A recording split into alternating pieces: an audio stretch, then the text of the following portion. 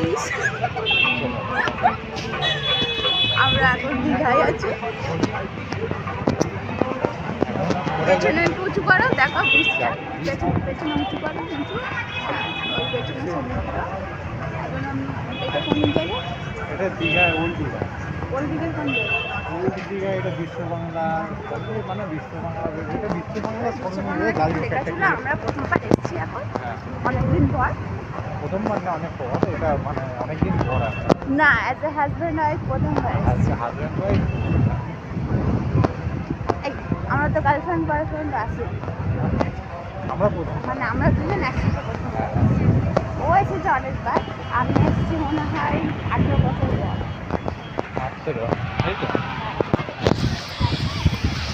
ঠিক আছে, আর কিছু বলবো?